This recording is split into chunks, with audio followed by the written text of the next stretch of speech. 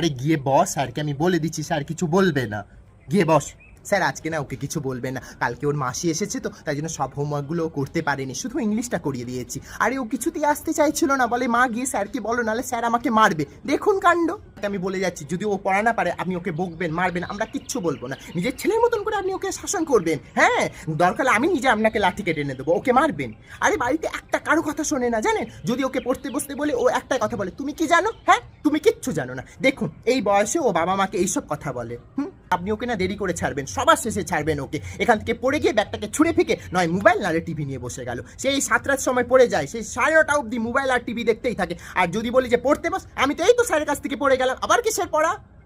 দেখুন স্যার আপনার এখানে সব পড়া করে দেয় তো, আরে বাড়িতে কিছুতেই পড়তে বসে না জানেন, যেই পড়তে বসে তার 10 মিনিট পর তার পেট ব্যথা নালে তার মাথা ব্যথা শুরু হয়ে যায়। এটি চলবে 9:30 অবধি, যে ওর বাবা চলে আসবে তার ব্যথা সব চলে যাবে। হ্যাঁ, কাউকে একটা যদি ও ভয় পায় যায়